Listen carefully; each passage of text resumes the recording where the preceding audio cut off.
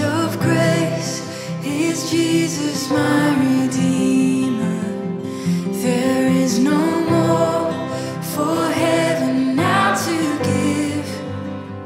He is my joy, my righteousness and freedom, my steadfast love, my deep and boundless peace. To this I hold, my hope is only Jesus. For my life is wholly bound to His.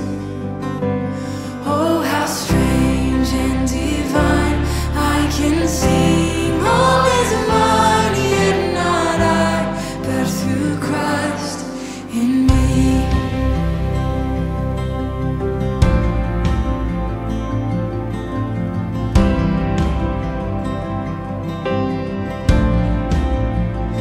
The night is dark, but I am not forsaken. For by my side, the Savior, He will stay.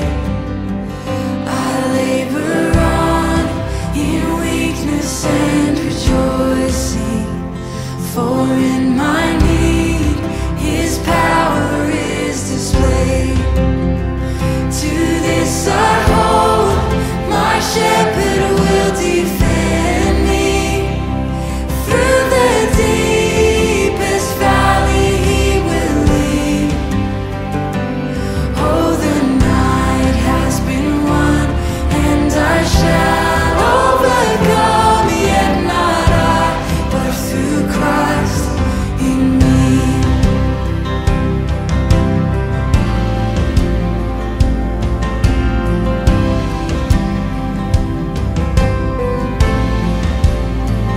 No fate I dread, I know I am forgiven.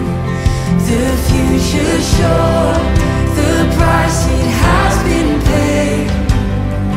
For Jesus bled and suffered for my pardon, and He was raised to overthrow the grave. To this I hold, my sin has been defeated. Jesus now and ever is my plea. Oh, the chains are released, I can sing, I am free, and not I, but through Christ in me.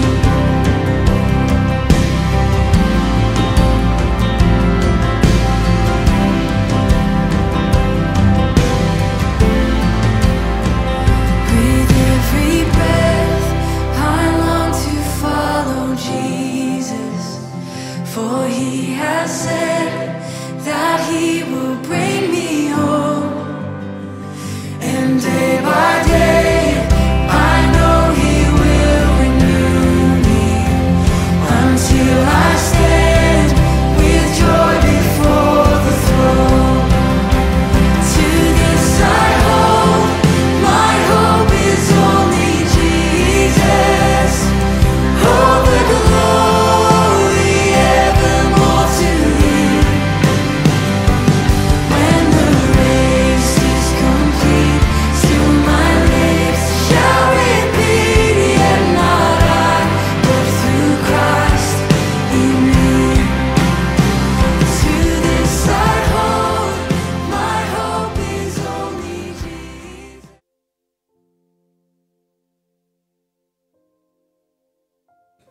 Selamat pagi, selamat berkumpul kembali. Kita akan beribadah kepada Tuhan di pagi hari ini. Kita bersyukur karena Tuhan boleh mengumpulkan kita kembali di tempat ini dari segala macam hiruk pikuk yang kita lalui sepanjang minggu. Hari ini mari kita siapkan hati, pikiran kita untuk boleh masuk ke dalam hadirat Tuhan. Jemaat Tuhan dipersilakan bangkit berdiri.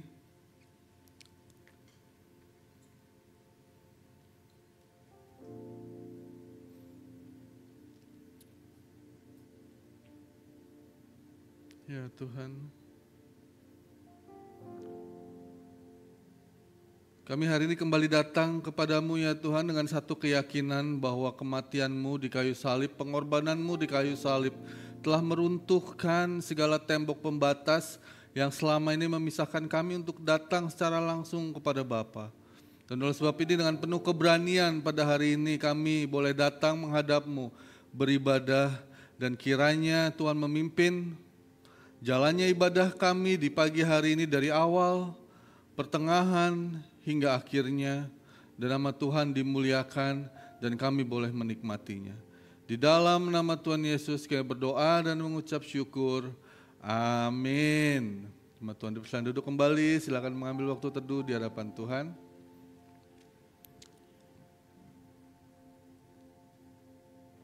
Anak manusia datang bukan untuk dilayani, melainkan untuk melayani dan untuk memberikan nyawanya menjadi tebusan bagi banyak orang. Mari jemaat Tuhan, saat ini kita mengucap syukur atas betapa besar kasih Kristus bagi kita, sehingga kita yang dahulu adalah seteru Allah dilayakkan untuk datang kepadanya.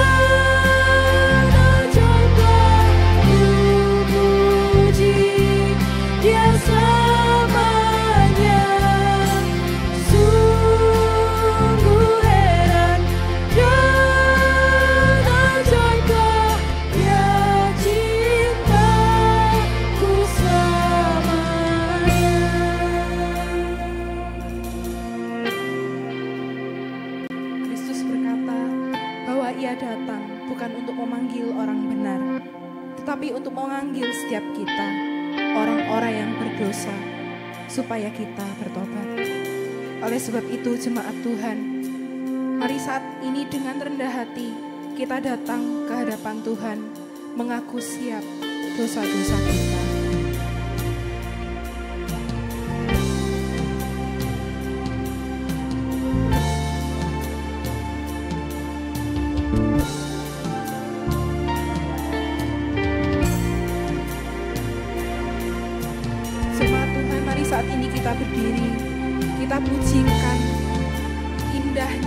anugerah Kristus. Sungguh heran dan ajaib karya-Mu.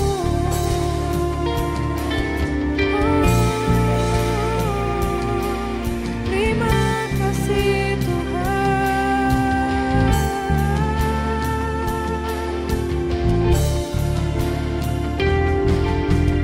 Sungguh heran dan ajaiblah ku puji Dia selamanya. Sungguh heran dan ajaiblah Dia cintaku selamanya.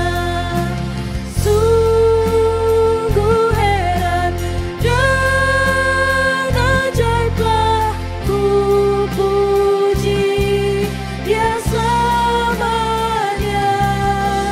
Sungguh heran dan ajaiblah Dia cintaku selamanya. Dia cintaku selamanya.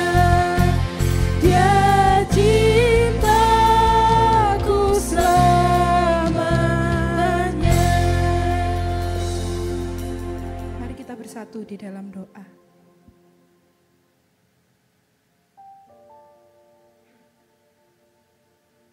Allah Bapa kami yang bertahta dalam kerajaan surga yang mulia, kami sungguh mengucap syukur Tuhan untuk kasih setia-Mu yang tidak berkesudahan atas hidup setiap kami. Kasih-Mu yang selalu baru, yang melampaui segala dosa dan pelanggaran kami. Saat ini kami datang di hadapan-Mu Tuhan. Kami ingin mengaku segala dosa dan pelanggaran kami. Ampuni kami Tuhan, saat seringkali kami tidak bersungguh-sungguh menghidupi identitas yang Tuhan telah anugerahkan bagi setiap kami. Saat Engkau memanggil kami sebagai orang-orang yang percaya. Ampuni kami Tuhan, saat dalam kehidupan kami sehari-hari, kami justru menjadi batu sandungan bagi orang-orang yang rindu dan perlu untuk mengenal Engkau. Kiranya penebusan-Mu yang sempurna dan beranugerah itu Tuhan, menyucikan kami, melayakkan kami, untuk kami boleh datang kepadamu, untuk kami boleh memuji, menyembah Engkau, menyatakan kasih-Mu bagi orang-orang yang Tuhan tempatkan di sekitar kami. Terpujilah nama-Mu Tuhan. Di dalam nama Tuhan Yesus Kristus, Tuhan dan penebus kami yang hidup, kami telah berdoa. Amin. Dengarkanlah berita anugerah Allah. Karya penebusan Kristus telah memerdekakan kita dari dosa. Dan setelah kita menjadi hamba Allah, kita beroleh buah yang membawa kita kepada pengudusan. Dan sebagai kesudahannya, ialah hidup yang kekal. Terpujilah nama Tuhan kita. Dan untuk meresponi berita anugerah Allah ini, mari kita bersama-sama menyatakan pengakuan iman Nisea Konstantinopel yang berbunyi demikian. Aku percaya kepada satu Allah, Bapa yang Maha Kuasa, pencipta langit dan bumi, dan segala yang kelihatan dan yang tidak kelihatan, dan kepada satu Tuhan Yesus Kristus, satu-satunya anak Allah yang diperanakan dari Bapa sebelum alam semesta, Allah dari Allah, terang dari terang, Allah yang sejati dari Allah yang sejati, sehakikat dengan Sang Bapa, oleh siapa segala sesuatu dicipta, yang untuk kita manusia dan untuk keselamatan kita telah turun dari sorga, dan diinkarnasikan oleh Roh Kudus dari anak darah Maria dan dijadikan manusia. Ia telah disalibkan juga bagi kita di bawah pemerintahan Pontius Pilatus. Ia menderita dan dikuburkan, dan pada hari ketiga ia bangkit kembali sesuai dengan kitab suci dan naik ke sorga dan duduk di sebelah kanan Bapa. Dan ia akan datang kembali dengan kemuliaan untuk menghakimi orang yang hidup dan yang mati, yang kerajaannya takkan berakhir. Dan aku percaya kepada Roh Kudus, Tuhan dan pemberi kehidupan, yang keluar dari Bapa dan Anak, yang bersama-sama dengan Bapa dan Anak disembah dan dimuliakan, yang telah berfirman dengan perantaraan para nabi. Dan aku percaya satu gereja yang am dan rasuli. Aku mengakui satu baptisan untuk pengampunan dosa, dan aku menantikan kebangkitan orang mati dan kehidupan di dunia yang akan datang. Amin. Mari jemaat Tuhan, saat ini kita bersorak dengan penuh sukacita, memuji nama Yesus, Sang Raja di atas segala raja, yang telah menyelamatkan kita semua dari jerat dosa.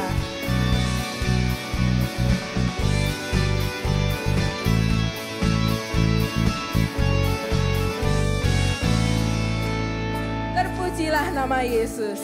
Terpujilah nama Yesus, malaikat bersujud, sembahkan mahkota mulia, beri hormat padanya, sembahkan mahkota mulia, beri hormat padanya.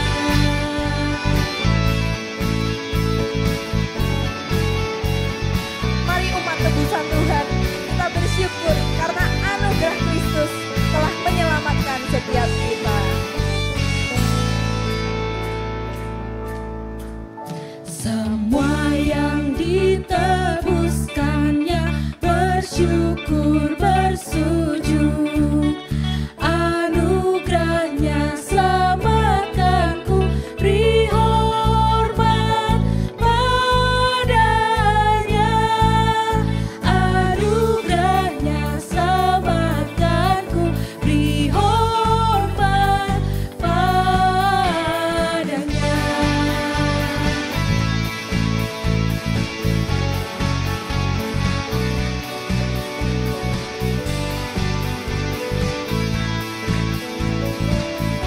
Mari kita berikan hormat kepadanya, Kristus Sang Raja.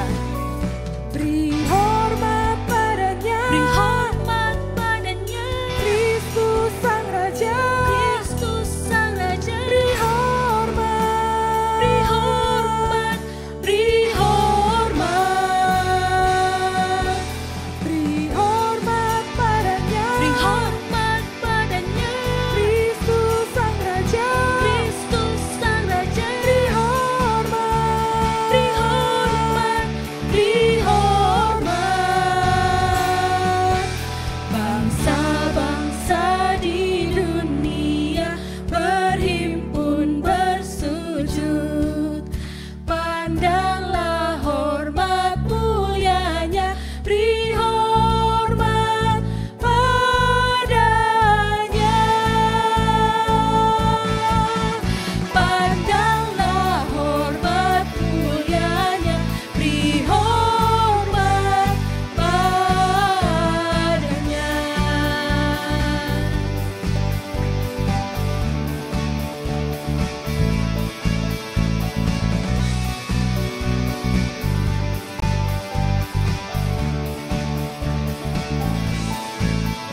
Beri hormat padanya, beri hormat padanya, Kristus Sang Raja, Kristus Sang Raja. Beri hormat, beri hormat, beri hormat,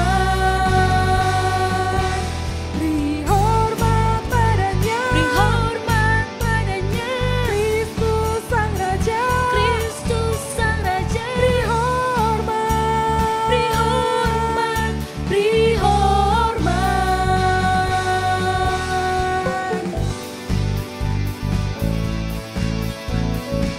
Biarlah setiap lutut bertelut dan setiap lidah mengaku bahwa hanya Kristuslah satu-satunya Raja di atas segala raja, yang menebus dan menyelamatkan setiap kita. Terpujilah nama Tuhan kita. Jemaat, saya persilakan untuk duduk kembali.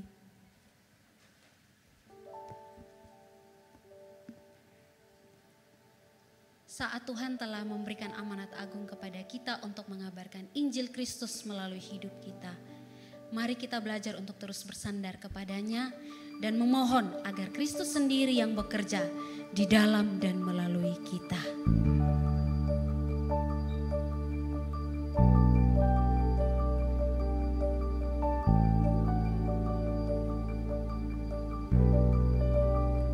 Sungguh besar anugerah dalam Yesus, kasih surga yang tak tertandingi, sukacita, kebenaran yang bebaskan, kasih sempurna, damai yang kekal. Harapanku hanyalah pada Yesus, hidupku berpaut padanya. Oh, betapa indah dan mulia bagianku karena Dia Kristus dalamku.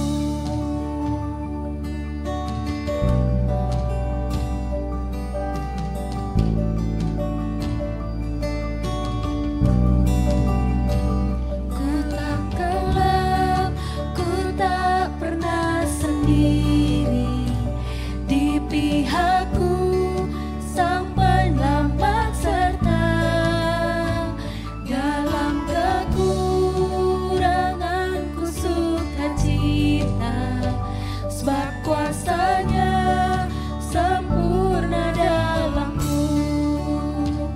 Ku tak takut karena Dia gembalaku, dalam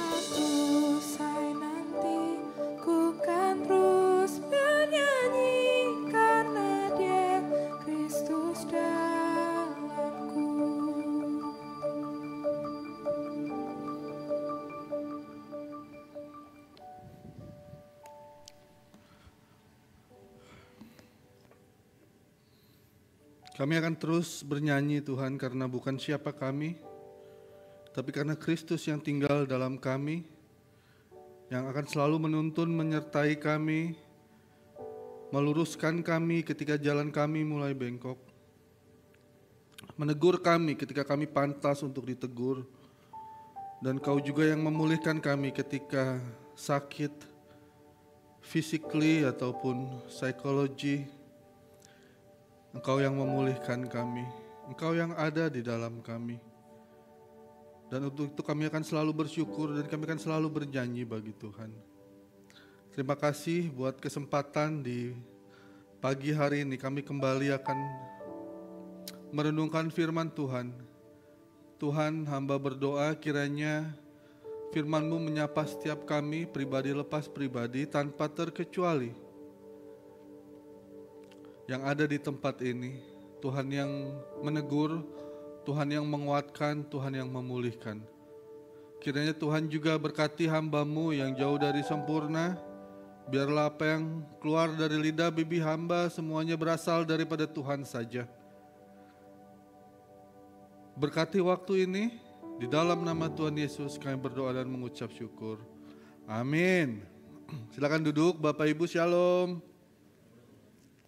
Hari ini kita akan kembali melanjutkan eksposisi Perjanjian Baru. Temanya adalah Difficult Yet Triumphal Journey. Dari 2 Korintus 2:14 sampai dengan yang ke-17. Nah, Bapak Ibu Saudara sekalian, saya percaya setiap cerita itu punya lebih dari satu sisi, betul ya? Kalau kita mengalami sesuatu, kita juga akan melihatnya akan berbeda dengan orang lain. Misalnya ada mobil kecelakaan di perapatan Nginden misalnya, mobil kebalik gitu. Yang dari sini, dari arah gereja itu akan melihat, yang akan kelihatan belakangnya mobil, bagasinya. Tapi yang mungkin dari arah Prapen akan melihat, sampingnya mobil, pintu kanannya. Demikian juga dari sana dan dari sananya. Jadi kita bisa melihat segala sesuatu dari berbagai macam sisi. Setiap cerita punya lebih dari satu sisi jika diceritakan. Nah, Bapak Ibu, saya juga percaya ketika setiap manusia mengalami tantangan dalam hidup, penderitaan, aniaya, fitnah, dan sebagainya, kita akan melihatnya sebagai sesuatu yang berbeda pula. Misalnya, jika dalam benak kita mempercayai yang namanya hukum karma misalnya. Ketika kita sakit, ketika kita kecelakaan atau kehilangan, waduh, ini kayaknya gara-gara dosa saya masa lalu ini. Saya kemarin tahun lalu habis ciak orang ini, habis nipu orang ini. Mungkin gara-gara ini kan gitu. Bahkan di dalam kekristenan juga seperti itu. Ada yang saya tahu pendeta besuk jemaatnya yang sakit. Oh, sakit sudah lama sekali. Ini pasti ada dosa ini. Ayo ngaku, bertobat gitu. Padahal memang sakit kan gitu, stroke dan sebagainya. Harus ngaku ini, harus bertobat ini. Karena mereka melihatnya dari sisi seperti itu. Pasti ada kesalahan yang dilakukan. Mungkin juga ada yang melihatnya sebagai sesuatu yang harus dihindari. Seperti ini untuk menghindari kecelakaan, untuk menghindari kehilangan dan sebagainya. Wah, kita harus bersiap-siap tabung uang banyak-banyak. Kita harus menghindari hal-hal yang berbahaya misalnya. Kemarin gempa, jangan tinggal di apartemen kan gitu ya. Kita harus melihat segala sesuatunya, menghindari segala sesuatu yang memungkinkan terjadinya kecelakaan dan penderitaan. Nah, hari ini kita akan melihat, Bapak Ibu belajar dari Paulus, kita akan melihat dari konteks besarnya, gambaran besarnya. Kita tetap melihat 2 Korintus 2:14-17 ini dari kacamata Paulus ingin memberikan argumentasi-argumentasi, respon terhadap tuduhan-tuduhan yang terjadi di Korintus. Jadi jemaat Korintus ketika itu menuduh Paulus. Paulus ini nggak jadi datang, ya, karena satu dan lain hal dia nggak jadi datang mengunjungi jemaat Korintus, dan jemaat dan guru-guru palsu dan para pemfitnah di situ menuduh Paulus nggak datang mungkin karena takut. Ada motif-motif tersembunyi, fitnah terjadi, tuduhan terjadi di mana-mana. Dan Paulus menulis surat ini untuk meresponnya. Oke, dia meresponnya dan dia memberikan argumentasi-argumentasi. Jadi teks yang hari ini kita baca adalah bagian dari konteks tersebut. Nah, kita akan baca terlebih dahulu 2 Korintus pasal yang kedua ayat 14 sampai dengan yang ke-17, bagaimana Paulus merespon tuduhan fitnah yang datang kepada dirinya. Oke, kita baca dari 2 Korintus pasal yang kedua ayat 14 sampai dengan yang ke-17. Saya akan baca ayat 14, Bapak Ibu Saudara sekalian 15, kita baca secara bergantian. Oke, saya baca terlebih dahulu. Tetapi syukur bagi Allah yang dalam Kristus selalu membawa kami di jalan kemenangannya. Dengan perantaran kami ia menyebarkan keharuman pengenalan akan Dia di mana-mana. Dari Kristus tengah-tengah mereka yang diselamatkan dan di antara mereka yang binasa. Ayat 16, bagi yang terakhir kami adalah bau kematian yang mematikan, dan bagi yang pertama bau kehidupan yang menghidupkan. Tetapi siapakah yang sanggup menunaikan tugas yang demikian?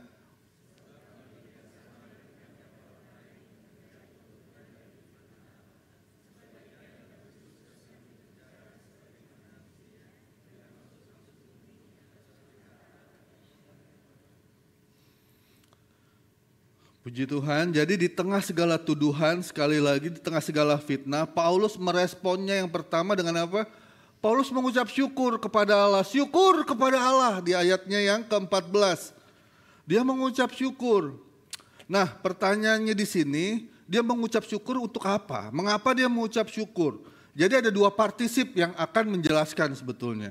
Yang pertama adalah triambeonti, itu diterjemahkan di dalam bahasa Yunaninya, diterjemahkan dalam bahasa Indonesia itu memimpin arak-arakan kemenangan. Dan satu lagi paneronti, itu di bahasa Yunaninya dan diterjemahkan dengan kata menyebar di dalam bahasa Indonesia. Dan kita akan bahas dua partisip ini, dan kita akan bahas mengapa Paulus mengucap syukur. Yang pertama, mengapa Paulus mengucap syukur adalah karena Allah menawan Paulus sebagai hamba agar tetap di jalan kemenangan. Nah, ini ada 2 tafsiran sebetulnya. Jadi Paulus ingin memberikan kita gambaran, arak-arakan. Bagaimana ketika tentara Romawi berperang, jadi ada kriterianya zaman itu Bapak Ibu. Misalnya harus mengalahkan lebih dari 5.000 tentara musuh. Dan kerajaan Romawi bisa memperlebar teritorinya, dia menguasai satu wilayah baru. Kalau tentara dan jenderal pulang dengan hasil tersebut, ketika masuk ke gerbang itu akan diarak-arak. Masyarakat akan ada di samping kanan kiri dan tepuk tangan. Dan jenderalnya akan berdiri dengan kursi dengan chariotnya itu dengan dua ekor kuda dan kereta, dan diikuti oleh prajurit-prajuritnya dengan gagah berani, dan ada tawanan di sana. Oke, jadi tawanannya itu pasti nggak pakai baju, berdarah-darah, diikat dan mereka akan berjalan diseret. Nah, ada 2 penafsiran sebetulnya. Yang pertama adalah Paulus memposisikan diri sebagai tentara yang ikut berperang, merayakan kemenangan. Kristus adalah jenderalnya dan mereka dilulukan. Itu yang pertama. Tafsiran yang kedua, Paulus memposisikan diri sebagai tawanan yang kalah, diikat dengan telanjang, mengikuti arak-arakan tersebut. Nah, dari 2 tafsiran ini, yang konsisten malah dengan ayat-ayat berikutnya dan dengan ayat-ayat lain yang ada di Alkitab, sebetulnya adalah yang kedua. Paulus memposisikan dirinya sebagai yang ditawan, yang kalah. Gitu. Karena apa? Kalau kita lihat katanya tadi, triambeu itu selalu muncul. Oke, selalu muncul kata ini, menawan ini. Kalau di dalam bahasa Inggrisnya NIV dan NLT menafsirkannya captives. Jadi ditawan Paulusnya, tawanan. Oke? Jadi kata ini, kata triambeu ini selalu muncul disertai dengan objek. Dan objek tersebut selalu berposisi sebagai tawanan atau musuh yang dikalahkan. Jadi kalau kita mau konsisten, Paulus memposisikan dirinya, walaupun aneh nih ya, kok gak enak nih, poinnya gak enak nih. Saya kemarin sempat memastikan lagi nih, kayaknya lebih enak khotbahnya poinnya Paulus jadi tentara yang menang, benar gak sih? Tapi enggak, ternyata di sini Paulus memposisikan dirinya tuh sebagai hamba yang kalah, itu tawanan gitu loh. Dan ini cocok dengan kata-kata yang dipakai di ayat-ayat lain. Nah, kalau ini benar, oke, Paulus memposisikan dirinya sebagai hamba, sebagai orang-orang yang dikalahkan, sebagai tawanan. Berarti ada dua kemungkinan buat orang-orang tawanan ini. Yang pertama, dihukum mati. Akan dijadikan tontonan di depan orang banyak, mereka akan dipenggal kepalanya. Kemungkinan kedua, akan dibiarkan hidup. Dan Paulus mengimpresikan bahwa dia adalah bagian yang kedua. Dia adalah tawanan, dia akan menjadi budak dari yang mengalahkan, tapi dia dibiarkan hidup dan menjadi hamba orang yang mengalahkannya. Jadi ini yang dimaksud dengan Paulus. Agak aneh, gak enak banget ini. Tapi ini konsisten. Ini konsisten karena di berbagai bagian Paulus ini selalu menulis address dirinya sebagai apa? Kalau di awal surat ya, kepada jemaat mana gitu. Kepada jemaat mana? Paulus biasanya menulis apa? Dari Paulus, hamba Allah. Ini konsisten. Di Roma 6:18 dikatakan kamu telah dimerdekakan dari dosa dan menjadi hamba kebenaran. Paulus seringkali menggunakan kata ini, dia adalah hamba, dan Paulus sadar itu. Saya ini adalah hamba, saya ini adalah orang berdosa dan oleh anugerah Tuhan saya diselamatkan, saya ditebus, dan sekarang saya menjadi hamba Kristus. Saya menjadi hamba kebenaran, dan ini terus-menerus diulang di dalam surat Paulus. Jadi benar tafsiran ini, dan saya setuju bahwa Paulus memposisikan dirinya sebagai hamba. Di dalam Alkitab tuh seringkali hubungan kita dengan Tuhan itu digambarkan dengan berbagai macam gambaran, betul ya? Apa? Ada yang tahu? Bapa dan anak, kepala dan tubuh, betul kan? Itu kan gambaran hubungan kita dengan Tuhan. Gembala dan kebo. Itu gambaran kita kan? Kita sebagai kebonya kan gitu. Tuhan sebagai gembalanya gitu ya. Jadi itu gambaran-gambarannya, dan seringkali kita nih di gereja seringkali diajarkan apa sih? Nyanyian kan gitu. Tuhan adalah gembalaku, enak gitu ya. Aduh, kita ini domba yang bodoh, jatuh di lubang yang sama terus-menerus, tapi bersyukur ada Tuhan. Enggak salah. Tapi itu yang membuat kita enak kan gitu, nyaman. Atau dia itu Bapa, kita ini anak. Seperti Bapa sayang anaknya. Enak ya? Enak gak sih kalau kita menganggap Tuhan itu seperti Bapa? Tuhan, saya capek Tuhan. Dedi capek, gak usah berdoa lah malam ini. Kan enak ya? Dedi loh kan gitu. Aduh Tuhan, sudahlah pelayanan capek, sudah cukup ini. Udah ya, saya stop ya pelayanan Dedi ya. Tolonglah. Oh, jadi anak-anak kurang ajar kita. Anak-anak manja. Enak kalau selalu menganggap papa kan gitu. Ayah, bapak. Tapi di sini Paulus ingin memposisikan dirinya ini loh. Dalam arak-arakan ini dia orang yang tawanan, captive. Dan dia adalah orang yang dibiarkan hidup dan menjadi hamba Allah. Dan dia bersyukur karena itu. Karena dia sebagai tawanan dibiarkan menjadi hamba. Dia tetap berada di jalur kemenangan. Dan itu yang disyukuri. Kita ini nganggap Tuhan udah kayak apa biasanya. Seringkali kita berinteraksi dengan Tuhan dan kita selalu memperlakukan Tuhan seperti apa sih? Biasanya tercermin sih dari isi doa kita. Apa sih isi doa kita? Tuhan, saya mau ini. Tuhan, pekerjaan ini sudah gajinya gak cukup. Tolong cari pekerjaan baru. Benar gak sih? Tuhan itu kayak waiter ya. Tuhan, nasi goreng please 2, telur ceplok setengah mateng. Dianterin. Benar gak sih? Itu kan isi doa kita loh. Atau Tuhan tuh hanya jadi yang nempel materai stem gitu. Tuhan, ini tahun ini saya mobil udah 5 tahun Tuhan harus ganti. Ya tolong ya Tuhan. Atau ini anak saya sekolah yang di sini sekolahnya jelek, saya mau international school. Tulis semua Tuhan tolong cap. Deal ya Tuhan. Kita selalu memperlakukan Tuhan tuh sering seperti itu. Gereja pun ingin selalu meninabobokan kita, dia gembala, kita domba. Betul nggak salah. Tapi ingat di sisi lain kita ini hamba. Kita ini budak. Hamba itu kalau masuk ke tempat raja, melihat wajah mata rajanya aja nggak boleh. Harus nunduk. Yes Lord. Baik Tuhan. Ya Tuhan. Gak bisa nawar. Gak boleh. Kamu pergi ke sini, melayani suku ini, bangun gereja di sini. Aduh Tuhan itu daerahnya susah, saya ke sini aja. Gak boleh. Kamu harus sekolah teologi jadi full time. Tuhan saya part time aja. Gak boleh. Gak boleh. Gak ada tawar-tawaran sebagai hamba dan dia sebagai Tuhan. Gak ada hak kita.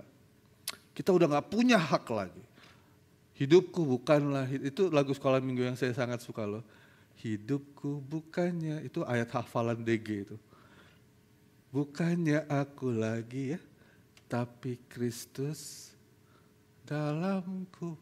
Kita sebagai hamba, maksudnya sebagai hamba apa sih Bapak Ibu? Alkitab mencatat seperti ini. Hamba Allah adalah seseorang yang membawa atau melakukan kehendak Allah. Seseorang yang dipilih Allah untuk melakukan kehendaknya di dunia. Anda dan saya, orang-orang yang dipilih Tuhan. Kita umat pilihan, amin. Jangan giliran begini aja, udah gak ada doktrin umat pilihan lagi. Giliran disuruh pelayanan aja lupa udah doktrin umat pilihan kan gitu. Kita ini umat pilihan, dipilih oleh Allah untuk melakukan kehendaknya. Itulah maksud hamba Tuhan, hamba lo. Apapun itu, apapun kehendaknya. Dan ini bukan sebuah penghinaan ketika Paulus merasa ketika dia ditawan. Mungkin orang lain melihat itu sebagai penghinaan. Dia pihak yang kalah, tapi bagi Paulus menjadi hamba kebenaran. Dia sudah dibebaskan dari dosa, itu sebuah kehormatan bagi Paulus. Sehingga saya ingin mengatakan seperti ini, menjadi hamba Allah pemilik bumi dan sorga lebih terhormat dibandingkan dengan menjadi penguasa dunia. Anda dan saya adalah umat yang dipilih untuk melakukan kehendak Tuhan. Dan ketika Tuhan berkata A, gak ada tawar-menawar. Gak bisa kita bargain sama Tuhan, gak bisa. Yang kedua, mengapa Paulus mengucap syukur? Karena Allah memakai Paulus untuk menjadi perantara atau penyebar aroma Kristus, pengenalan akan Kristus bagi orang-orang yang ada di sekitarnya. Oleh sebab itu dia mengucap syukur. Kalau kita lihat dari ayat di atasnya, kita belajar ya, eksposisi yang terakhir kan, bagaimana sebetulnya Paulus secara implisit dia menyesal. Dia harus pergi dari Troas, ya kan? Masih ingat ya eksposisi yang lalu ya, ayat yang di atas. Dia harus pergi dari Troas untuk ke Makedonia untuk menemui Titus. Karena apa? Hatinya gundah ingin tahu secepatnya. Bagaimana sih jemaat Korintus sekarang? Keadaannya mereka gimana ya? Karena Titus dari sana ingin memberikan kabar. Padahal di Troas dikatakan apa ayat itu? Di atasnya, Tuhan membukakan pintu. Injil diberitakan di situ. Ya. Tapi karena begitu pedulinya Paulus, kasihnya pada jemaat Korintus, dia pergi meninggalkan Troas dan pergi ke Makedonia untuk menemui Titus. Dia tahu dia cuma perantara dan dia bisa keliru. Dia manusia. Oleh sebab itu Paulus ingin mengatakan kepada jemaat, saya ini cuma perantara loh. Kata yang ditekan dalam struktur katanya bukan dianya sebagai perantara, tetapi pengenalan akan Kristus. Itu yang ditekankan di sini. Dan di sini Paulus bersyukur karena dia dilibatkan Tuhan dalam sebuah proyek yang istimewa. Paulus di sini ingin menekankan, walaupun dia bersyukur boleh dipakai Allah, namun yang terpenting itu bukan dianya. Tapi Injil yang diberitakannya, Kristus yang diberitakan. Jadi di sini Paulus ingin memberikan argumentasi betul. Agar nama baiknya, kredibilitasnya sebagai seorang rasul bisa dipertahankan. Bukan karena dia mementingkan nama baiknya. Oke?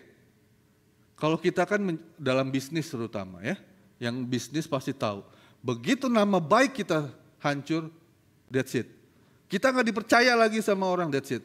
Bubar sudah, kan gitu ya. Dan biasanya karena untuk bisnis. Kalau enggak hancur pasti enggak berlanjut. Nah di sini Paulus membela nama baiknya, mempertahankan nama baiknya.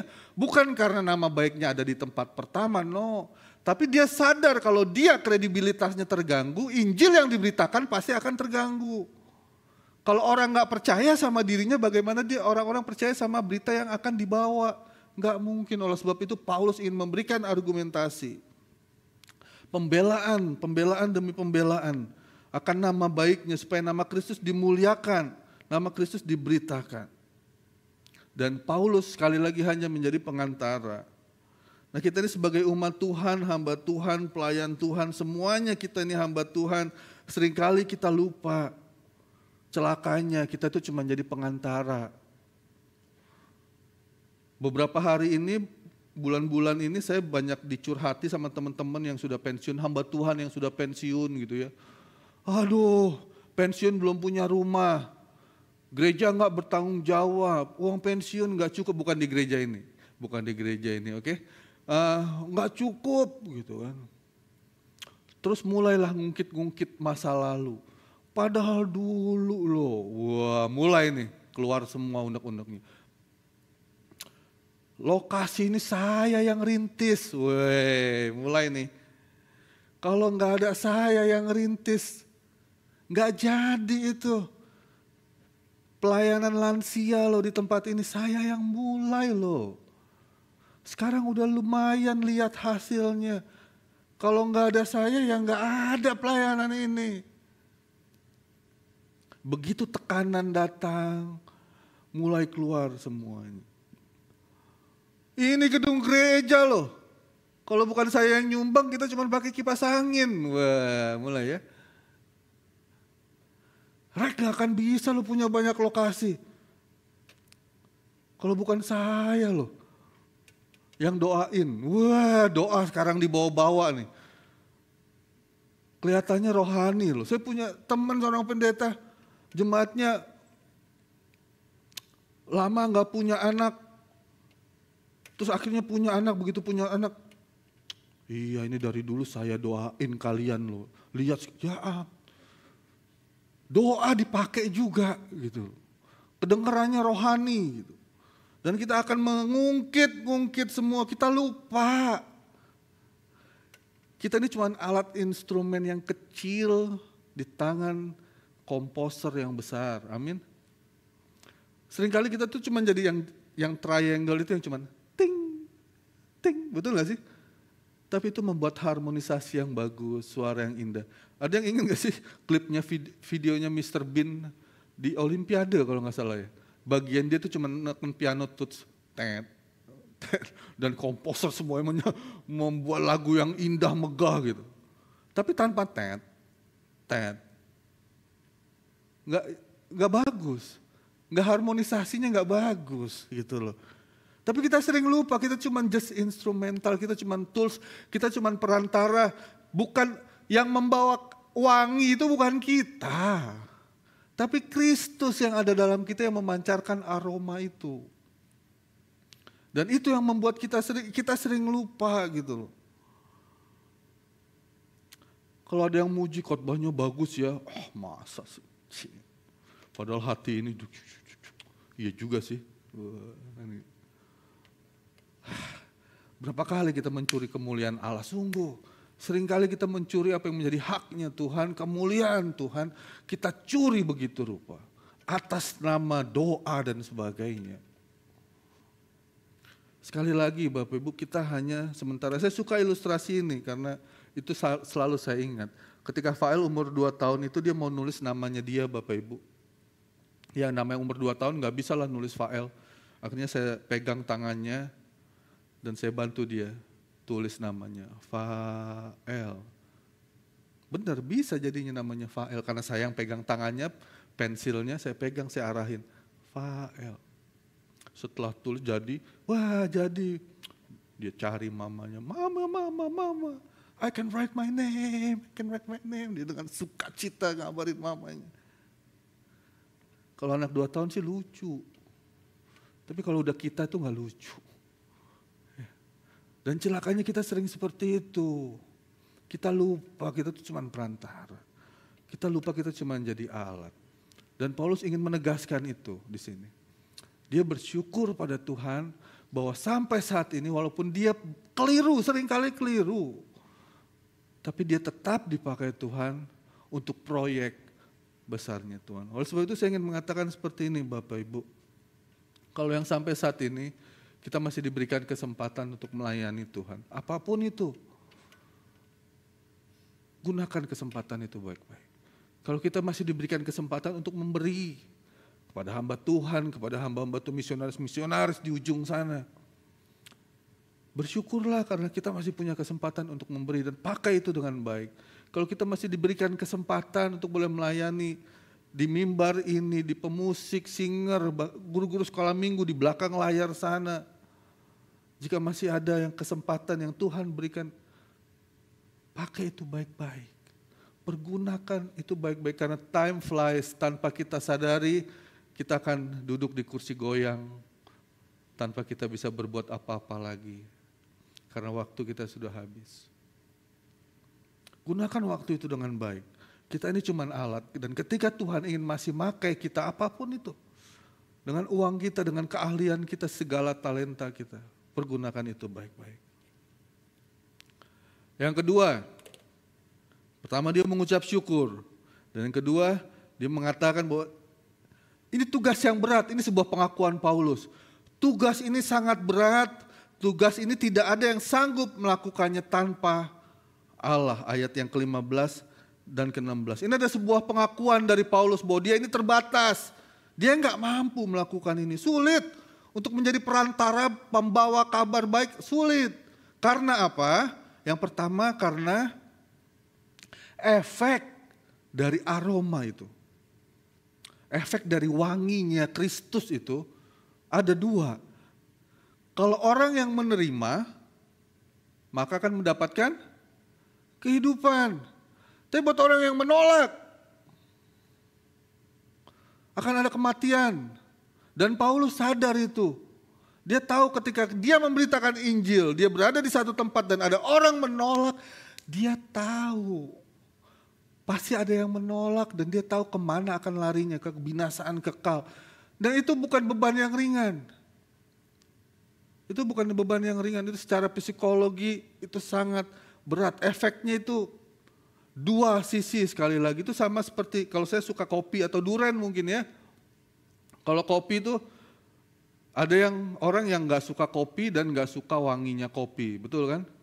Kopinya wangi harum gitu, ada loh nggak suka wangi kopi gitu, minum kopi nggak suka. Padahal buat saya penikmat kopi kan, wangi kopi itu ketika digiling, waduh di brew, aduh itu enak sekali baunya, diminum, waduh itu enak sekali.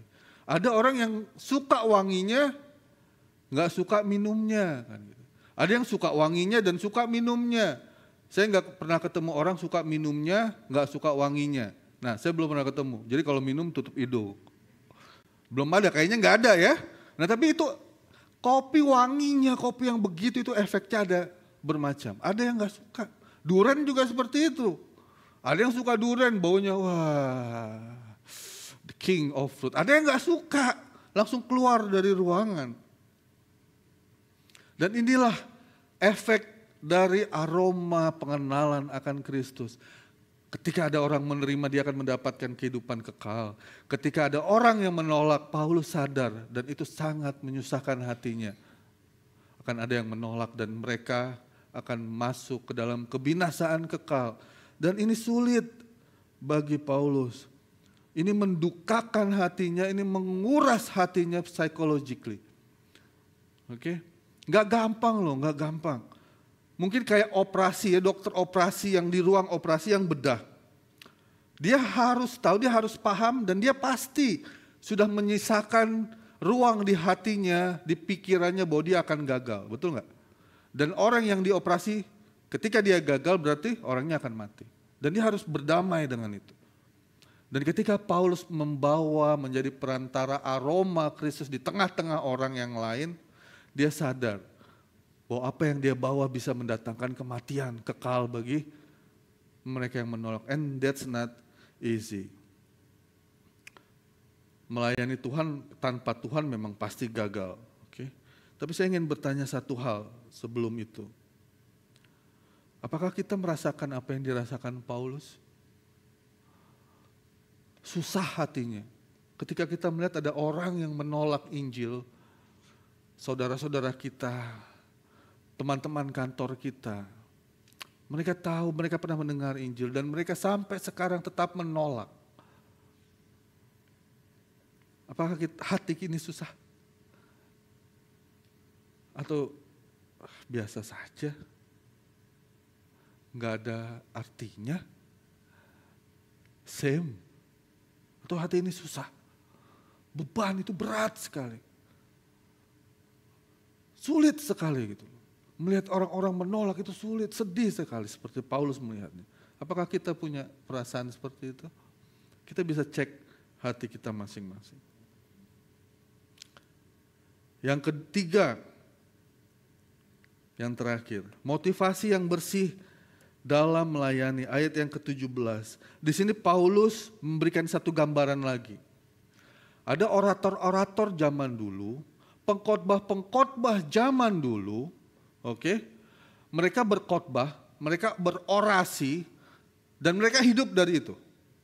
Mereka dapat uang.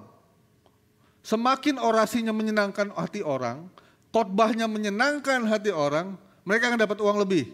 Makanya mereka akan dapat uang lebih banyak. Oleh sebab itu mereka akan membuat orasinya sedemikian rupa hingga pendengarnya semuanya senang. Makanya mereka bisa berkata di kota A, kota ini jelek gini. Untuk menyenangkan hati pendengarnya di kota ini. Tapi ketika tiba di kota lain dia akan berkata kota ini akan jelek gini. Menyenangkan hati orang-orang di sana. Nah, Paulus ingin memberikan satu komparasi, satu perbandingan. Saya enggak seperti mereka gitu loh. Motivasi saya tulus di hadapan Tuhan. Dan karena motivasi yang tulus ini membuat bebannya semakin berat. Semakin sulit. Siapa yang bisa mengerjakan tugas ini? Dengan beban seperti itu, dengan motivasi yang benar di hadapan Tuhan. Bapak Ibu Saudara sekalian, di dalam bagian lain, Korintus ya, Paulus di situ membandingkan dirinya dengan Kefas dan yang lain-lain bahwa rasul yang lain itu menerima upah kok dari pekerjaannya. Tapi di sini, di Korintus, saya memilih untuk tidak mendapatkan upah dari kalian. Jadi upah saya apa? Upah saya adalah memberitakan Injil tanpa upah. Dan itu pilihan yang diambil oleh Paulus. Karena apa? Karena itu bisa menjadi batu sandungan bagi jemaat Korintus yang terus-menerus memfitnahnya. Apakah Paulus pernah menerima bantuan financial support? Pernah dari gereja lain, ya, Filipi. Terima kasih, dia berterima kasih kepada jemaat Filipi karena sekali lagi kata Paulus, engkau mengirimkan bantuan untuk keperluanku. Ya, dia menerima financial support. Kefas dan yang lainnya, Petrus, mereka hidup dari situ. Jadi bukan berarti hamba Tuhan yang di sini udah nggak usah digaji. Upahmu apa? Upahmu berkhotbah tanpa upah gitu. Enggak, bukan itu maksud saya. Tapi di situ Paulus memilih untuk membagikan Injil, memberitakan Injil tanpa upah. Begitu mengasihinya Paulus di situ. Mengasihi jemaat di Korintus. Jadi dia ingin berkata di hadapan Tuhan loh. Saya nggak punya motivasi lain. Bahkan upahnya saya nggak ambil demi kamu. Tapi mereka masih memfitnah Paulus sedemikian rupa. Paulus menggunakan kata, saya melayani Tuhan, melayani kalian itu di hadapan Allah. Dalam bahasa Latin ada satu kata term yang terkenal namanya coram deo. Wah, keren ya. Jadi artinya hidup di hadapan Allah. Di dalam perjanjian lama itu Samuel adalah ketika Nabi Samuel masih kecil beberapa kali disebut. Dan Samuel hidup di hadapan Allah. Di bawahnya lagi dan Samuel hidup di hadapan Allah. Jadi Paulus ingin mengatakan, no, saya ini melayani bukan karena dilihat manusia, no. Dengan integritas, kejujuran, ketulusan, saya melayani di hadapan Allah yang tidak bisa saya tutupi apapun. Bahkan dalam kedalaman hati saya yang paling dalam, dia tahu. Ada satu desa di Swiss yang sampai sekarang mengerjakan, kerjaannya itu cuman buat onderdil jam-jam mahal kayak Rolex, Patek Philippe dan lainnya itu yang kecil-kecil gitu baut-bautnya. Jadi kerjaannya cuman itu. Dan itu harus precise, harus tepat karena melenceng dikit nggak work. It's not work di dalam arloji yang mahal-mahal itu. Dan di semua meja belajar di desa itu ditulis satu ayat. Apapun yang kau kerjakan, kerjakan itu bagi Tuhan, bukan bagi manusia. Dan ini Paulus mengerjakan segala sesuatunya di hadapan Tuhan. Gak ada yang bisa disembunyikan gitu loh. Menandakan motivasinya Paulus itu murni, ketulusannya murni. Anda gak bisa nilai saya ketika saya ada di mimbar ini berkhotbah. No. Ini bukan saya. Saya sesungguhnya adalah ketika no one else can see me. Ketika gak ada yang bisa melihat saya, ketika tidak ada orang yang mengenal saya, apa yang saya lakukan, apa yang saya pikirkan, apa yang saya katakan, itu sesungguhnya saya. Bill Hybels buat nulis satu buku bagus. You are what you are when no one else see you. Jadi kalau mau lihat, tahu teman-teman di sini gitu ya. Ya jangan pas di gereja. Di gereja semua jadi malaikat. Ya, ramah-ramah semua dari ujung, dari bawah sampai sini semua ramah, betul kan? Kalau kita mau mengenal seseorang, oke, ketika no one else, kita nggak ada yang lihat, nggak ada yang kenal, itulah kita sesungguhnya. Paulus tahu itu. Dan saya beritakan firman apa adanya. Saya nggak menambahkan, nggak mengurangi, nggak seperti orator-orator yang lain. Yang hanya untuk menyenangkan kuping pendengarnya, enggak. Dia tahu, dia punya beban yang besar, tapi dia harus lakukan. Ketika dia beritakan Injil, Injil itu bisa membawa kematian, dia tahu itu. Tapi dia enggak akan memolesnya, dikasih bedak, maskara, dikasih lipstik, sehingga pesan Injil itu menjadi hilang. No. Gampang khotbah surga, enggak gampang korban neraka, betul enggak? Tapi kan kita kan senangnya dengar orang-orang yang menyenangkan telinga kita, jemaat Tuhan sekarang, benar gak sih? Sekarang ini kan begitu, lebih suka. Khotbahnya serius banget, gak ada lucu-lucunya pisan. Ganti gereja aja lah, ganti channel kalau sekarang, bukan ganti gereja ya. Gak lucu, gak ada joknya, ngantuk. Emang stand up komedi. 5 menit telat firman Tuhannya udah.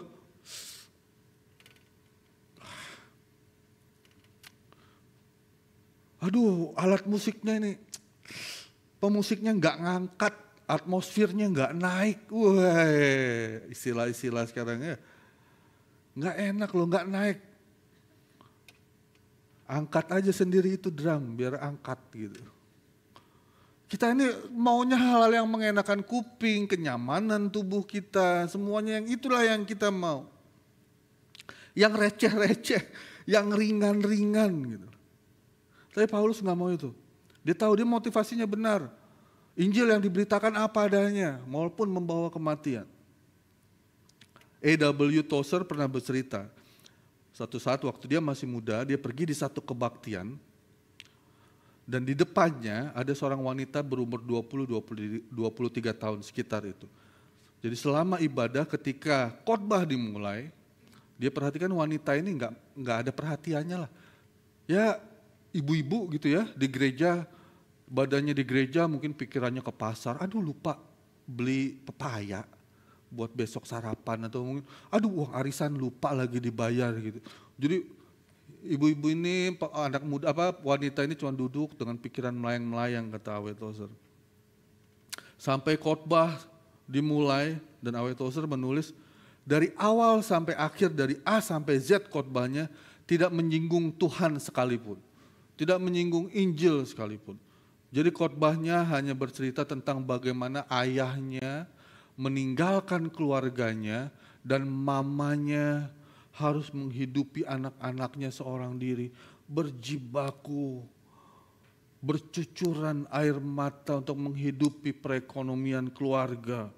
Jadi cerita itu dikemas sedemikian rupa, dari sampai wanita ini sampai yang tidak memperhatikan jadi perlahan-lahan mulai memperhatikan. Tertarik, sudah mulai tergugah emosinya, dengar cerita dengan bumbu-bumbu dan sebagainya. Sampai satu momen di mana ada punchline-nya. Biasanya kan gitu ya, ada satu kalimat yang kalau Billy Graham tuh kalau khotbah, engkau tahu, wah begitu, wah langsung ada punchline-nya gitu. Nah penginjil itu juga seperti itu. Sampai satu punchline dia berkata gini, jadi jemaat, setiap saya melihat jemaat Tuhan di gereja ini, saya bermimpi bahwa ayah saya hadir di situ. Begitu mendengar itu wanita ini menangis, sudah patah hatinya, remuk hatinya, dan dia menangis terseduh-seduh.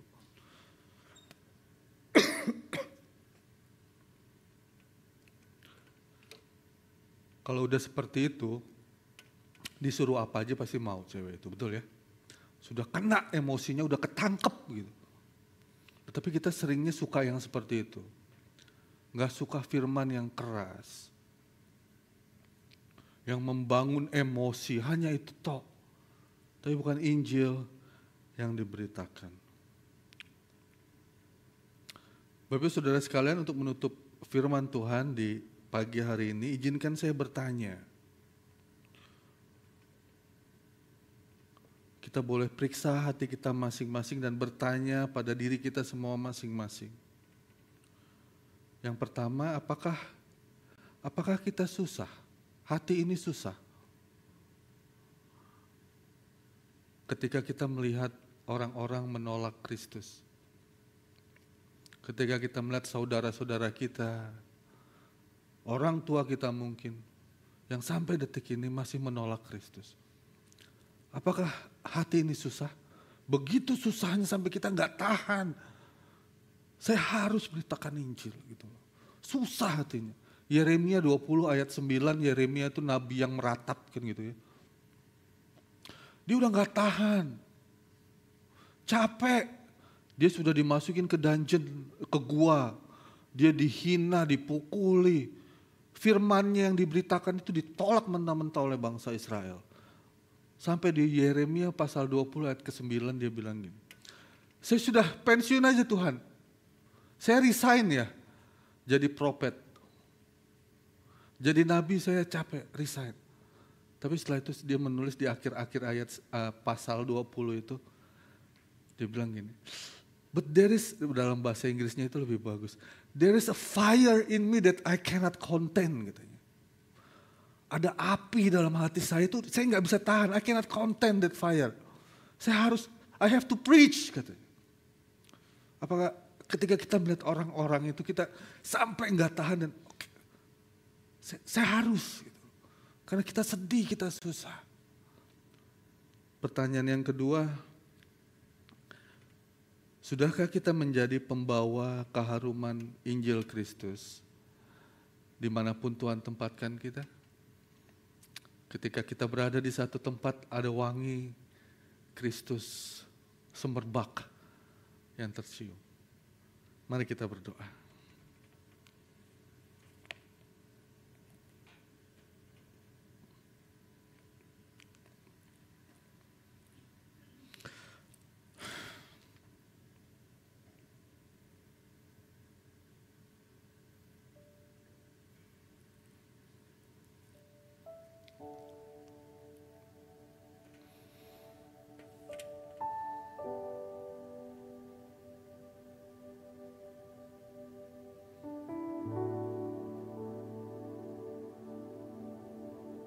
Tuhan, kami sadar bahwa sampai saat ini kami selalu menyia-nyiakan kesempatan demi kesempatan yang Tuhan berikan untuk kami boleh melayani Tuhan dengan sungguh-sungguh.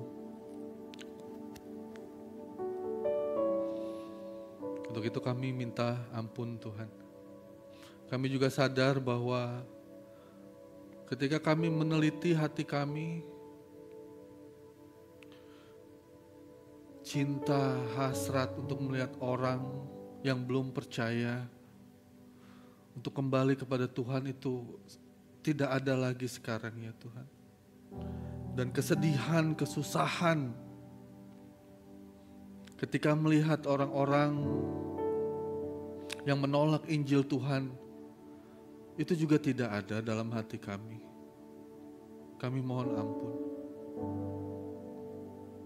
Ketika keberadaan kami di satu tempat justru membawa nama Kristus semakin dijauhi karena tingkah laku dan perkataan kami, pagi ini kami juga minta ampun. Kami sadar bahwa pekerjaan ini sebagai perantara, penyebar wangi pengenalan akan Tuhan adalah sesuatu yang mustahil kami kerjakan tanpa pertolongan Tuhan. Oleh sebab itu di pagi hari ini kami memohon Tuhan kiranya menolong kami, memampukan kami. Dimanapun Tuhan tempatkan kami, mungkin di ujung dunia sana, di garis depan pertempuran dalam pemberitaan Injil.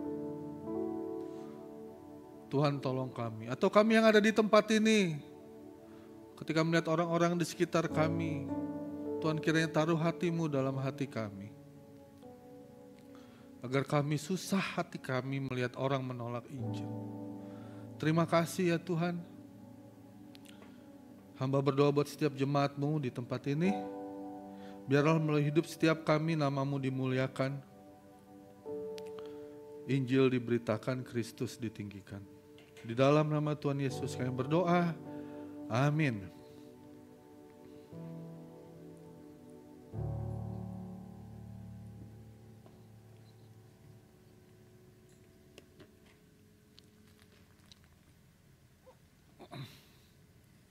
Dengan rela hati aku akan mempersembahkan korban kepadamu.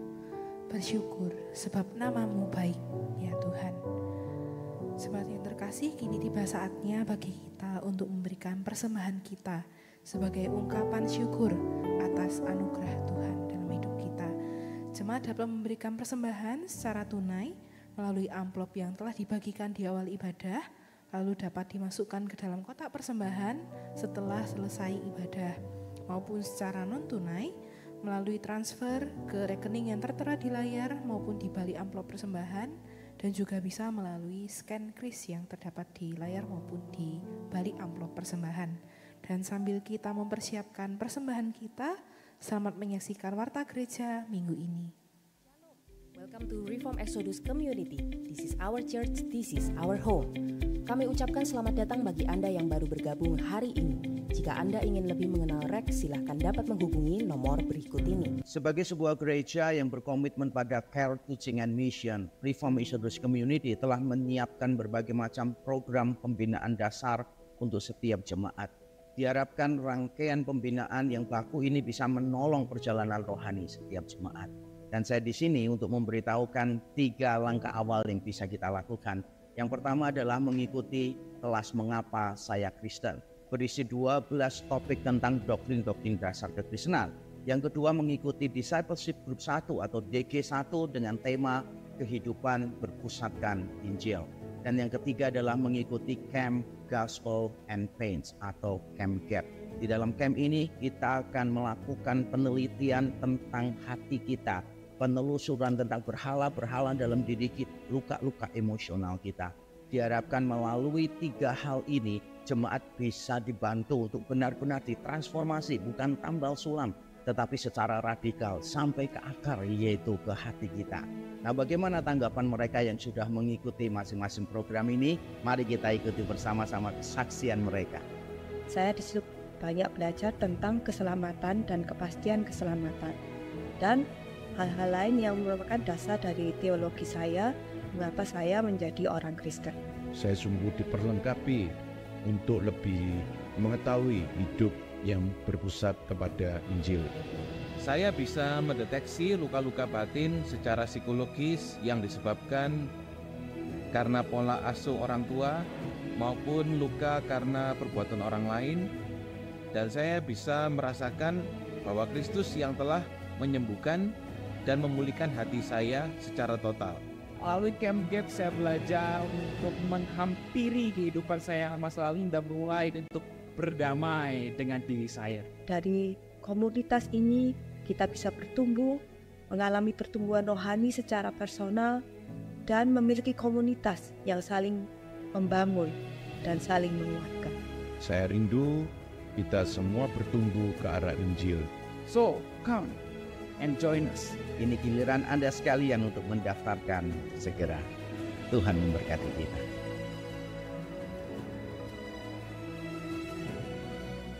Mari beribadah bersama di ibadah Jumat Agung tanggal 29 Maret, ibadah 1 pukul 10.30, ibadah 2 pukul 1 siang, bertempat di Rek Galaxy Mall. Ibadah akan dilayani oleh Pendeta Yakub Trihandoko. Mari beribadah bersama di ibadah Jumat Agung Bilingual tanggal 29 Maret pukul 5 sore di Rek Darmo. Demikianlah informasi untuk minggu ini. Tetap semangat, God bless you, see you next week. Oke, saya hanya ingin meng-highlight beberapa pengumuman.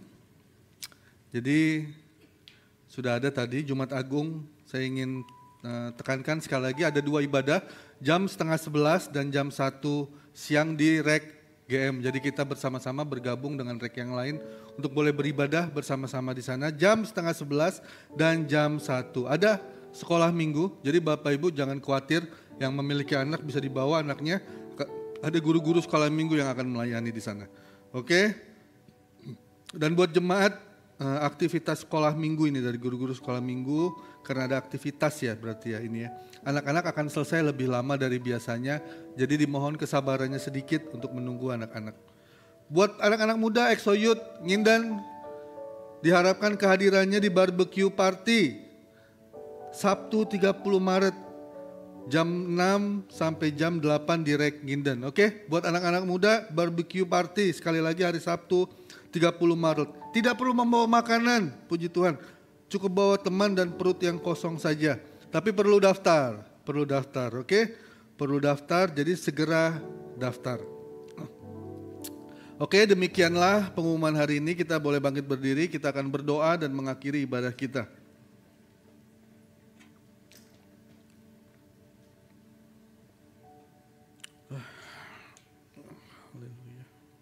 Tuhan, kami sungguh bersyukur sekali lagi datang ke hadirat-Mu, membawa setiap persembahan yang sudah kami berikan.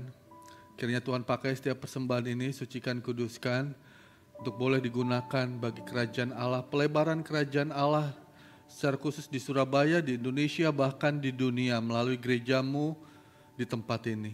Kiranya Tuhan pakai persembahan ini Tuhan, dan pakai pengurus yang boleh mengelolanya, diberikan hikmat bijaksana, sehingga setiap uang yang keluar nantinya sungguh boleh dipertanggungjawabkan di hadapan Tuhan. Kami mengucap syukur Tuhan juga buat pertolongan dan pimpinan Tuhan pasca berbagai bencana di tanah air. Kami berdoa buat korban bencana banjir dimanapun mereka sekarang. Kami berdoa biarlah recovery boleh berjalan dengan cepat. Tuhan berkati setiap petugas pemerintahan yang boleh menolong setiap korban, sehingga mereka boleh ditolong tepat waktunya dan tepat sasaran.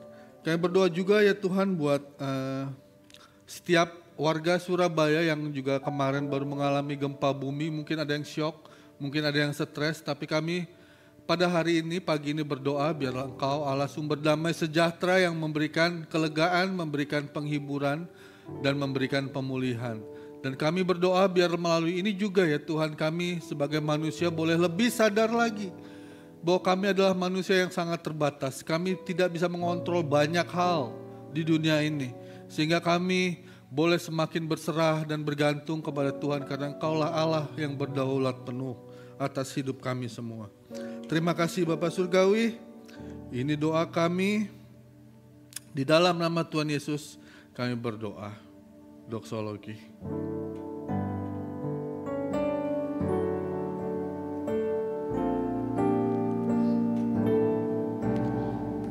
Puji Allah, Bapa Putra, puji Allah Roh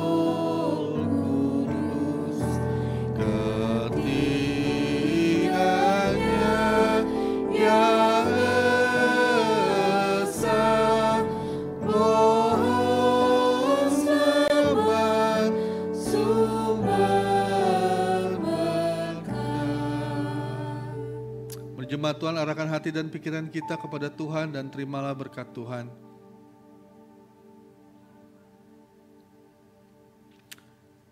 Kasih dari Allah Bapa, anugerah yang berkelimpahan dari Tuhan kita Yesus Kristus, pertolongan, pemulihan, kekuatan dari Allah Roh Kudus, menyertai kita semua dari tempat ini, sampai ketika kita keluar dari gedung gereja ini, dimanapun kita berada, dimanapun Tuhan tempatkan kita. Kita boleh menjadi berkat, kita boleh menjadi perantara, kita boleh menjadi pembawa aroma wangi pengenalan akan Kristus. Kiranya Tuhan tolong kita. Dalam nama Tuhan Yesus, amin.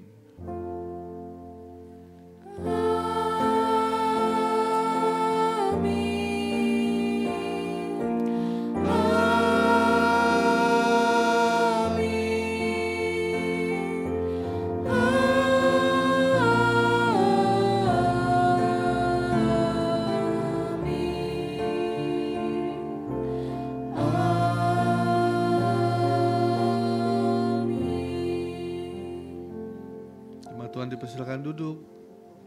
Silakan mengambil waktu teduh di hadapan Tuhan. Selamat hari Minggu, Tuhan Yesus memberkati.